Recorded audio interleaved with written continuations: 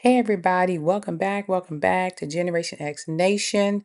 First and foremost, I want to thank every single person who has subscribed to my channel, who has read a video, who's looked at my shorts. I definitely appreciate it. I'm going to do a video this week instead of doing my 3-minute wrap up because the YouTube algorithms have changed. So my channel is not getting the push that it needs to get. So I got to start doing a couple of videos here and there to get my channel back out there. But so far, I appreciate everybody who has followed me. A disclaimer, my channel, for those of you who have never seen my videos, is commentary that is alleged, in my opinion, for entertainment purposes only. Alleged, in my opinion, and for entertainment purposes only. I do my commentary based on the week-to-week episode. I do not have any favorites, so I don't have a dog in this fight. If you good this week, I'm gonna give you your props. If you bad this week, I'm gonna say something, do my commentary what you did wrong. Doesn't mean I hate or like any castmate any more or any less. Okay. Now, with that being said, we're gonna discuss the Love and Marriage Huntsville episode, season 10, episode 3. Kicks off with the fight. Okay. We still at the Trisha and Ken and Marquez's fight. Security comes in, they breaking it up. The son comes down from upstairs, tries to grab his dad. Marquez pulls away from him and he walks out the door. Then we go to Kim and Ken and the professional, Trisha. And as always, Trisha smiling. Key. I told you it wasn't gonna work. And Ken with his steroid anger. Oh, I tried my best and I can't do this anymore. Come on now. Y'all fall for it every time Marquez comes around. Marquez gaslights y'all up. Y'all get all upset. Then he gets upset and then he walks out. And y'all be sitting there looking like a fool. Ken, you, Trisha, and Marquez keep saying that the kids aren't traumatized by this. They are.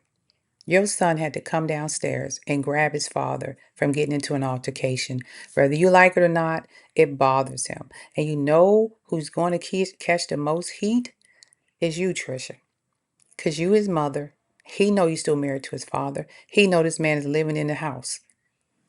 Bad decision. But hey, you chose to go on TV and let the whole world see it. Don't get mad when people talk about it. That's what reality TV is. Show me your reality, in the words of Martell Hope. Now, after that, the scene goes into, I think it's Kimmy and Maurice. Kimmy and Maurice sitting, having their date night on the back porch. They talking about their business ventures with the kids, Monster and Jaylin.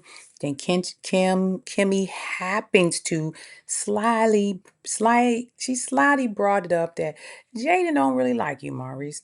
He felt you kind of a dictator and a mentor. Um, he didn't look at you as a father figure all these years. I'm not mad. Maurice looking shocked. Like, what? Who knew? I'm not even that mad at Maurice because Maurice has shown us that that's possible. He's very emotionless. He doesn't show his emotions. And some people are like that. But I've never seen any real emotion out of Maurice. And I figured that out when he told you to roll over and take it, that man didn't have any emotions or any type of compassion for people. He's a dictator, yes. You're right on that. He likes you to do what he wants you to do. But really, the person I'm blaming is you, Kimmy. You the mother. Jaden is your son. How did your son live under your roof with your husband slash boyfriend, husband, however y'all did it? How did he live out there all these years and you never knew that he felt that way about your husband? That he didn't see him as a father figure? That he felt he was being treated differently than his biological son?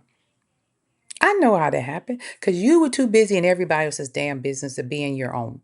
Too busy trying to figure out what the Hopes were doing. You too busy trying to figure out who cheating, who had a baby on who, when you got a whole house full of crap going on yourself. And we always said Kimmy got crap going on, she don't tell nobody. And this is one of them. That should have been addressed a long time ago, Kimmy. Period. Period. He said he looks to Marceau more than you. And I can tell you why. As I always said, I like Marceau and Tisha. It's something about them. Okay, Marceau seems approachable. Maurice doesn't. Marceau seems more easy to talk to. He'll laugh at you. He'll make you feel comfortable to open up to him. Maurice doesn't. Do you remember the episode where Maurice was making his son Monster get up at 4 or 5 in the morning, working out, throwing footballs and all that crap? I could see him treating that boy like he was in the military. And you thought it was perfectly fine. Just my opinion. Again, everything I say is alleged in my opinion and for entertainment purposes only. But this is what I seen on the screen. Okay. Moving on to Trisha, Kim, Tisha, and Nell when they're having their little sit down. Now, once again, all the ladies have admitted on the show, right here on this episode, that none of them have talked to each other since they left LA. But you guys, pretend like y'all friends. You act like y'all hang out together, y'all friends doing business around Huntsville. But in the words of Martell Hope, show me your real life. Y'all ain't been showing us y'all real life because Kimmy said it, uh, Trisha, Letitia, and Nell all kind of said we haven't seen each other since we left LA. What kind of friends are that? That don't make any sense. And I'll never forget when Kimmy said I wouldn't even be friends with Tisha if she wasn't my sister-in-law. We ain't forgot that, Kimmy. Now all of a sudden y'all best buds. But you didn't like when when Letitia was getting close to your castmate that left, you made sure you broke that up. But now she's under your wing doing what you want her to do. You fine with that. But you didn't want her under the other castmate's wing trying to get the blueprint of how to be a successful businesswoman. You didn't want her under her wing. How's she going to tell you how to do it? All because her marriage wasn't going right. You felt that she couldn't be a businesswoman. There's two different things. That's business and that's a relationship. There's two different things. You found that out the hard way. What I'm also noticing is in between every episode, y'all showing these social media posts and clicking likes and hearts and all that stuff. When 2 seasons ago, y'all was totally against social media because there was a group of people who were bullying y'all and they were old, what did they call them? Old, evil women who didn't have anything else to do. And we were desperate because we're single and the millimeters were, these terrible people. And now all of a sudden you're trying to use social media to bring y'all back to life because that group moved on with that particular castmate that left. Make that make sense. That's all I'm saying. So I get to the conversation and Kimmy's letting Tish know how Letitia know how Jaylin felt about Marceau as a father figure, and Letitia's not surprised. So that lets me know Letitia knew the whole time this was going on. She said, hey, Marceau, Jaylin worked for Marceau at this place and this place and this place, and they've always talked together. Kimmy should have made sure that her son was comfortable talking to Maurice the same way he talks to her. So you knew this was kind of going on. But again, show us your real life. Y'all was so worried about your old castmates and you had all this stuff going on in your family. Then y'all start drilling Nell about her Lance and the Destiny situation. Why y'all concerned about that? And you also brought up Sonny's name when they was like, oh, well, why'd you bring her to Destiny was upset when you brought her to the party. How Destiny gonna tell people who to invite to what? You either if you know the person's coming, you either show up or you don't. If you deal with them, you don't. If you do, you do. You either show up or you don't, Destiny. You can't tell this lady who to invite to her particular function. And as far as Lance and the baby, y'all trying to get the timelines right. But when did you know they had the baby? When? Well, who is the girl? Well, why were you encouraging Destiny to date Lance? No, I don't think that was so. I think she thought it was okay at first, but then she seen some red flags in Destiny and she pulled back. But at the end of the day, Lance was the one being a father. So he was responsible for telling Destiny that he had a baby on the way. That wasn't Nell's responsibility. That was Lance. Stop making Nell be responsible for some of her son do. That ain't how it work. That's a whole grown man, 30 plus years old. She ain't responsible for a damn thing he do at this point in life. Okay. Then we flip over to Trish. Well, actually, she was the first one to spoke. She couldn't wait to tell everybody about the Kim Marquez fight. And they got into a fight. Yeah, Trish. I keep telling y'all she enjoys that mess. Now, word on the curb, her and Ken ain't together. Word on the curb, we know Marquez got fired because he went on social media and told everybody he got fired. So I don't know if he's going to be in the next episode, but she gets a thrill out of that. So if Marquez is no longer in the episode, I don't know how her storyline is going to go the rest of the season. One thing I did notice in this episode, in this particular episode, I didn't see Martell or Destiny. Okay. Kimmy said Destiny was doing in the TikTok streets. I guess that's when she went live on TikTok. I don't know how that worked out for her. So basically, you telling me Martell and Destiny have to film at the same time because nobody else is filming with them? I haven't seen Martell in the film with the Scotts yet, or the Fletcher. No, he did come to the Fletcher's house and talk to them once. I haven't seen Destiny film with nobody but Martell. We'll wait. We'll see what happens then. Um, Outside of that, the guys had their sit down, trying to tell Big Head Ken that this ain't it, man. Why are you so busy trying to please Marquez and not trying to please Trisha? Trisha's the one you want, and that's what I've been saying. Ken is too busy focusing on trying to make Marquez look bad as a father and him look like the man because he stepped up and took over somebody else's family. When you really look like a simp. But he is so busy trying to paint this narrative. Doesn't matter what you do, Ken. You will never be able to get rid of Marquez because he is the biological father, and nothing you do will ever change that. So whether you like it or not, he gonna be around at some point, and you have to get used to that and let it go. But like they said, why you even entertain Marquez? Why you keep meeting and talking to him? Let him work his stuff out. Let the courts figure out the rest. Just focus on the relationship that you having with Trisha. This is ridiculous. Leave it at that. But Fletcher and his friend told him right.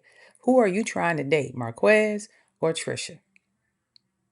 And he looked like a fool. And then he started getting hyped with them. You know, you could see him getting pumped up. I'm like, is Ken on steroids? Because he seemed to get pumped up real quick. He started getting piped up real quick. They just looking at him. Then he tried to bring it back down. Trisha and Ken are toxic. And they go from 0 to 60 at any given time. That's what I've noticed about them. Last but not least, um, Maurice having a conversation with Jaylin. And Jaylin just came out and told him, yeah, I felt you treated me different than Monster. And I can guarantee Maurice was doing it and didn't realize he was doing it. And then he said, oh, that's because, I come from a big family and the older siblings took care of the younger siblings. But y'all dynamics was different. You all had the same mother and father. So you may not have came into that relationship with that same type of dynamics because Jaylin had a life prior to meeting you. So you had to bring him in a different format, and you missed the mark on that. So as you said, move forward with Jaylin, try to make it better. But what I do notice is Jaylin like he want to get the hell out of town. I don't think he want to be around y'all no more. I think he over all of this crap. His mama, you, this television show, the Scots, he just want away from all of y'all. Hell, your own son want to move to Michigan. They just want to get away from all of y'all in this mess. Last but not least, the Marceau and Maurice sitting down. And I get it. Once again, Marceau is approachable. Marceau has a sense of humor. Marceau has a way of making them feel, a person feel comfortable about around him. And that's probably what Jaylin got out of it. Just like Letitia said, he spent more time around Marceau than he did the guy he was living under his roof with. Maurice wasn't nowhere. Maurice, you had a company. Why didn't you have Jaylin come work for you? Why did your brother have to have him come work for him? Because you probably didn't want him around. You wanted the mom and pretended like you cared about the kid. You gonna feed him and take care of him. But your biggest thing was I'm gonna bring Monster here and make Kimmy help me raise my son. Because we seen the episodes and Kimmy was complaining about Monster being there and you not being around. So don't act like that didn't happen. But then I'll give her son the bare minimum to make him feel like he's part of the team. But my main focus is on my real son. That's what it seemed like. And Marceau was basically that in-between person where Jaden felt like, hey, I like Marceau. I can go talk to him. He probably was giving him more fatherly advice than you ever gave him. And that's why he has more respect for Marceau than he has for you. Because we remember when he was working at Black. But I don't understand why all the places you name he worked, he never worked for his own stepdad. And it seemed to me like your feelings was hurt and you was a little jealous. Because once again, Marceau wins. As far as the last conversation that they had about the girls had about the whole video with Mars, I didn't really go over it. Martell, Ariane, and the mistress. The only thing I have to say about that, the minute it was brought up, Tisha deflected and asked Nell, oh, what did you think about it? Now, Tisha sat there at that table and gave Nell the third degree. Baby this. Who did that? When was they pregnant? When did the third degree about the whole Destiny, the baby, and Lance thing? and some of the Sunny issues. But the minute Neil asked her a question, she deflected. Once again, in Martell Hope's voice, show me your real life. Show me your real life. She said, me and Marceau went on live and we did what we needed to do and we answered all the questions and I'm not addressing it anymore. And then Kimmy went into basically, and to sum it up, those girls were too low vibrational for my husband to ever mess with. He doesn't mess with that quality of a woman. That's kind of what she was saying. And I'm just say this before I end. Whether Marceau and Maurice cheated or not, we don't care anymore. It's an old storyline. We're tired of hearing it. Okay? Find another topic. Figure out more of your life to expose us outside of cheating. We're sick of the cheating rumors. I am so sick of watching this show, and all I hear about is somebody cheating or somebody having an affair. We're tired of it. This show is supposed to be Black excellence, building Huntsville houses and hotels and motel, whatever. Show us more of that. And then there's a little stuff we like in between, but godly, put the cheating rumors to bed. If they cheated, it's okay.